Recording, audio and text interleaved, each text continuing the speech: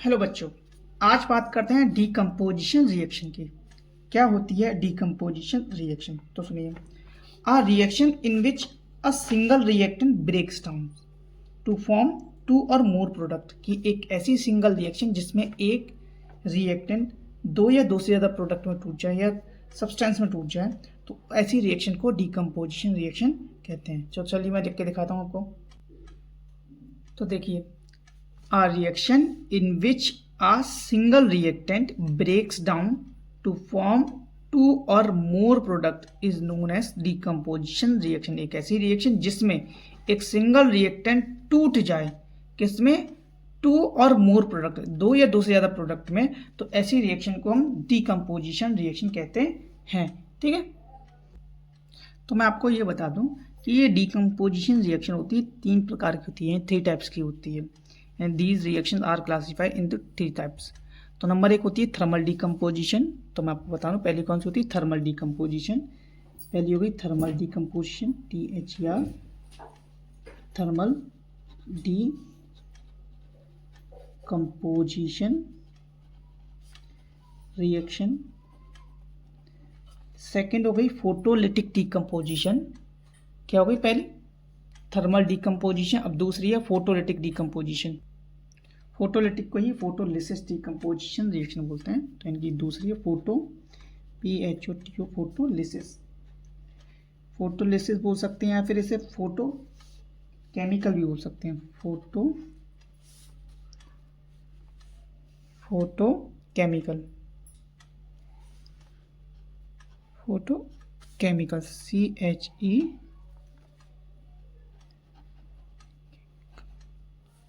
Reaction, REACTION। और third होती है हमारी electrolysis decomposition reaction, ELECTRO, electrolysis decomposition, electrolysis. ये 3 टाइप की होती है रिएक्शन, डीकम्पोजिशन रिएक्शन होती है 3 टाइप से बांटी गई है। एक थर्मल डीकम्पोजिशन, दूसरी फोटोलिसिस जिसे हम फोटोकेमिकल रिएक्शन बोलते हैं, और तीसरी होती है इलेक्ट्रोलिसिस डीकम्पोजिशन। तो पहला टॉपिक है थर्मल डीकम्पोजिशन रिएक्शन। चलो उसको कवर करते हैं। आइए अब बात करते हैं थर्मल डीकम्पोजिशन रिएक्शन की। These reactions use the energy in the form of heat for decomposition of the reactant।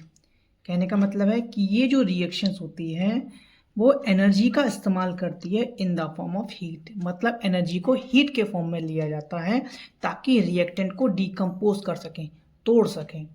ठीक है, तो देखते हैं इसका एग्जांपल। जैसे कि एग्जांपल हो गया कैल्शियम कार्बोनेट का, CaCO3, कैल्शियम कार्बोनेट, जो कि इसकी फिजिकल स्टेट क्या है? सॉलिड। इसको हमने डीकम्पोज किया। डीकम्पोज मतलब इसको हीट दी, और हीट का सिंबल होता है इस तरीके का triangle. Gibbs calcium oxide plus carbon dioxide. Carbon dioxide की फिजिकल स्टेट है गैस, और कैल्शियम ऑक्साइड की फिजिकल स्टेट है सॉलिड। अच्छा, मैंने लास्ट ही वीडियो में बताया था कि कैल्शियम ऑक्साइड को हम क्या बोलते हैं? क्विक लाइम, और कैल्शियम कार्बोनेट को बोलते हैं लाइम स्टोन। ध्यान रखना, ये हमारा कैल्शियम कार्बोनेट, कैल्शियम कार्बोनेट लिख दे रहा हूं पहले मैं, कार्बोनेट, इसको हम बोलते हैं लाइम स्टोन, STONE, स्टोन। और ये कैल्शियम ऑक्साइड ही है, इसको हम क्विक लाइम बोलते हैं। तो ठीक है कि कैल्शियम कार्बोनेट को जब हीट दी तब ये कैल्शियम ऑक्साइड और कार्बन डाइऑक्साइड गैस में टूट गया। यानी थर्मल डीकम्पोजिशन रिएक्शन में जो सब्सटेंस को या रिएक्टेंट को तोड़ने के लिए जो एनर्जी चाहिए होती है वो हीट के फॉर्म में चाहिए होती है। तो ध्यान रखना इंपॉर्टेंट है। ठीक है, ऐसी मैं दूसरी रिएक्शन बता रहा हूँ। अब दूसरी रिएक्शन है फेरस सल्फेट की, कि फेरस सल्फेट FeSO4, जो कि फेरस सल्फेट है, इसको हीट किया, जिसकी फिजिकल स्टेट क्या है? सॉलिड। इसको हीट किया, यानी इसको हीट दिया, तो क्या बना? फेरिक ऑक्साइड Fe2O3, ये सॉलिड स्टेट है इसकी physical state. Sulphur dioxide gas और sulphur trioxide gas, SO3 gas. ठीक, ये फेरस सल्फेट है, FeRROUS, फेरस सल्फेट। ये फेरिक ऑक्साइड है, FeRRic फेरिक ऑक्साइड। इसका रंग जो होगा वो रेडिश ब्राउन होगा, या आप ब्राउन ही लिख दें, BROWN, ब्राउन कलर का होगा। ये गैसेस हैं sulphur SUL PHUL sulphur dioxide और सल्फर ट्राइऑक्साइड, सल्फर ट्राइऑक्साइड। इसके पीछे की एक चीज़ मैं बताऊं आपको, एक्चुअल में इसका रंग ग्रीन कलर का होता है। अब ग्रीन कलर का कौन सा होता है, तो वो ये रहा। शुरुआत में फेरस सल्फेट, ये जो है ना, वो फेरस सल्फेट ये होता है FeSO4 × 7H2O। इसका रंग होता है ग्रीन। ठीक, तो सबसे पहले क्या करते हैं, इस फेरस सल्फेट को गर्म करते हैं, हीट करते हैं, तब ये FeSO4 में कन्वर्ट हो जाता है और 7H2O वाटर मॉलिक्यूल उड़ जाते हैं, मैंने 7 जो वाटर के मॉलिक्यूल हैं वो निकल जाते हैं। तो ये डिहाइड्रेट फेरस सल्फेट बचा। इसका रंग ये कलरलेस है, या हम बोल सकते हैं कलरलेस ही बोल दो, कलरलेस।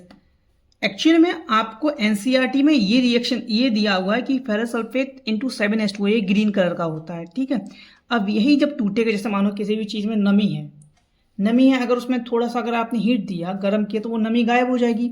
उसी तरीके से फेरस सल्फेट का जो क्रिस्टल है उसमें 7H2O थोड़े नमी होती है, उसका रंग ग्रीन होता है, ग्रीन इसका होता है रंग। ठीक है, FeSO4 × 7H2O। कभी भी ये मत लिख देना कि ये ग्रीन रंग का होता है, नहीं, एक्चुअली में ग्रीन रंग का ये है फेरस सल्फेट × 7H2O। जब इसको हल्का सा गर्म किया तो डिहाइड्रेट फेरस सल्फेट बना। अब इसी फेरस सल्फेट को ये लिखा है, जब इसको हीट किया तो फेरिक ऑक्साइड, सल्फर डाइऑक्साइड और सल्फर ट्राइऑक्साइड गैस बनी। ये फेरिक ऑक्साइड का रंग ब्राउन होता है, सल्फर डाइऑक्साइड गैस निकलती है और सल्फर ट्राइऑक्साइड गैस निकलती है। ठीक है, इस तरीके से एक और रिएक्शन है लेड नाइट्रेट की, PbNO3 का होल ट्वाइस। इसकी फिजिकल स्टेट क्या है, सॉलिड। जब इसको हीट किया तो लेड मोनोऑक्साइड बना, PbNO, PbO लेड मोनोऑक्साइड बना। ठीक है, इसको बैलेंस कर लेते हैं, ये बैलेंस अभी होगी, यहाँ पे 2 है ना Fe, इसलिए बैलेंस हो गई। तो लेड मोनोऑक्साइड बना, LED लेड मोनो क्यों बोलेंगे, क्योंकि एक ऑक्सीजन है, मोनो ऑक्साइड। इसका कलर मैं बता दूं, याद रखना, रंग सबके जरूरी होते हैं, याद रखना, येलो रंग का होता है।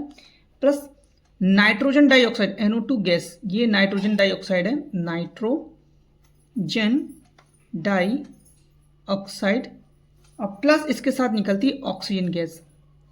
बैलेंस कर लो, यहाँ पे 2, यहाँ पे 4 हो गया, क्योंकि यहाँ पे लेड मोनोऑक्साइड, यहाँ पे 2। ठीक है, अब सही है 2, क्योंकि ऑक्सीजन भी यहाँ पे सही है 2, ऑक्सीजन 2 और 4 2 8, 8 और 2 10 12 हो गए। यहाँ पे 3 2 6, 3 2 6 और 6 2 12। ठीक है, अब सब बैलेंस हो गई।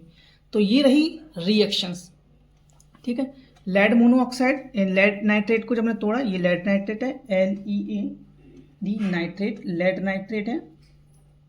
ये कलरलेस है, COLOR, कलरलेस। जब इसको हीट करेंगे तो लेड मोनोऑक्साइड बनेगा, जो कि येलो कलर का होता है, नाइट्रोजन डाइऑक्साइड गैस निकलेगी और ऑक्सीजन निकलेगी।